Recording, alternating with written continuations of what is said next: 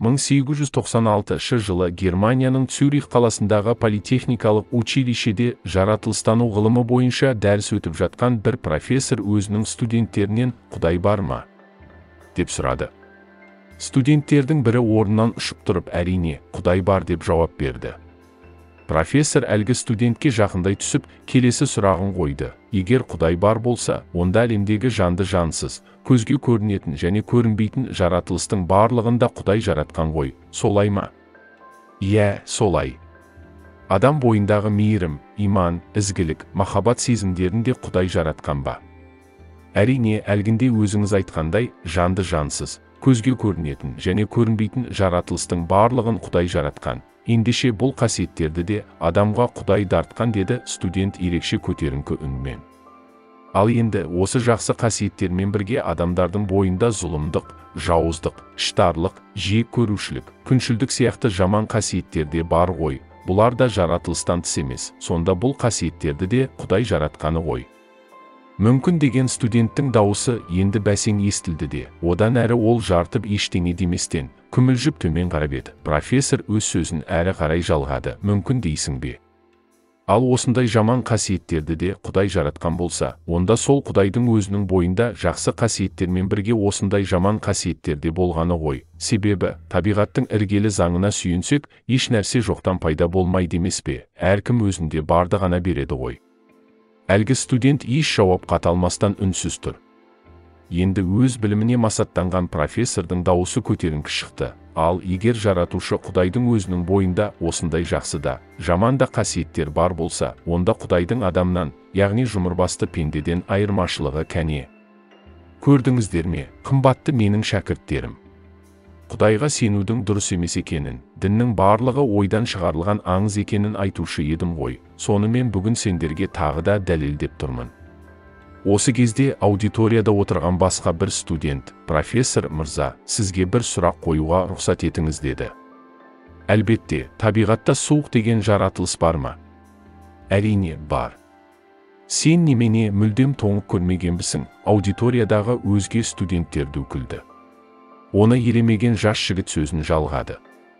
Қателесесіз профессор мырза, табиғатта суық деген жаратылыс жоқ, тек жылу деген жаратылыс бар. Жылу оттан пайда болады, яғни жылуды тудырушы көз, ол от. Ал суық ештеңеден пайда болмайды, суықты тудырушы көз табиғатта жоқ. Суық деген ұғымда адамдар жылудың жоқтығын немесе жылудың аздығын сипаттау үшін қолданады. Басқаша айтсақ, қай жерде жылу жоқ немесе қай жерде жылу аз, сол жерде өздігінен суықтық орнайды. Жаратылыстағы қай нәрсенің де бар екенін оның энергиясымен өлшейміз. Ал физика ғылымында жылу энергиясы деген өлшем бар да, суықтың энергиясы деген өлшем жоқ қой. Демек, суық деген жаратылыс жоқ. Енді профессор үнсіз қалды. Тағы бір сұрағым бар, деді жас жігіт. Табиғатта қараңғылық деген жаратылыс бар ма?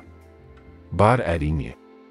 Түн деген қараңғылық емес пе? Бұл жолы профессордың жауабы сенімсіз естілді. Студенттер де әлгіндей ойсыз күлкіден тыйылып, жым-жырт тыңдап қалған.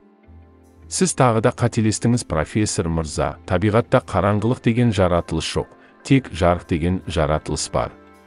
Жарықты тудырушы табиғи көз бар, ол от. Ал қараңғылықты тудырушы көз жоқ. Қараңғылық неден пайда болады? Қай жерде жарық жоқ немесе аз, сол жерде қараңғылық орнайды. Қараңғы деген ұғымда адамдар жарықтың аздығын немесе жоқтығын сипаттау үшін қолданады.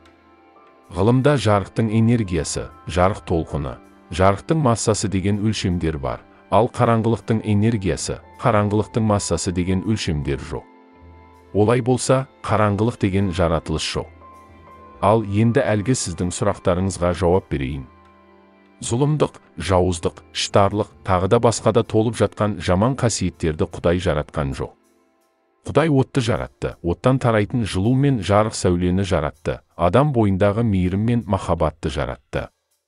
От жоқ жерде өздігінен суықтық пен қараңғылық орнайтыны сияқты, қай жерде махаббат жоқ, қай жерде мейірім шапағат жоқ, қай жерде адамның адамға деген ізгі қарым-қатынасы жоқ, қай жерде имандылық жоқ, сол жерде зұлымдықта, жауыздықта, арамзалықта, ұятсыздықта, іштарлықта, күншілдікте өз-өзінен пайда болады. Әлгі профессор боз болып сазарып, көзін бір нүктеден алмастан үнсіз, меңіреу күйде орнынан қозғалмай қалды.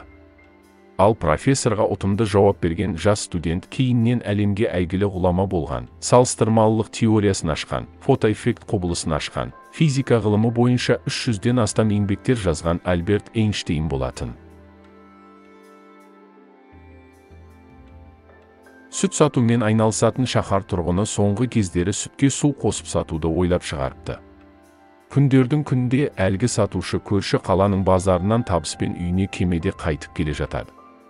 Жолда көзі ілініп кеткен саудагер ояна келсе, тиын салатын әмияны орнында жоқ.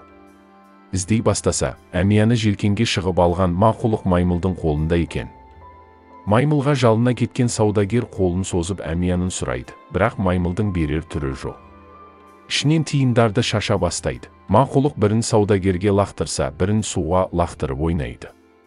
Құдды бір табыстың тең жартысы суға тиесілі екендігінен хабардар еткен сияқты.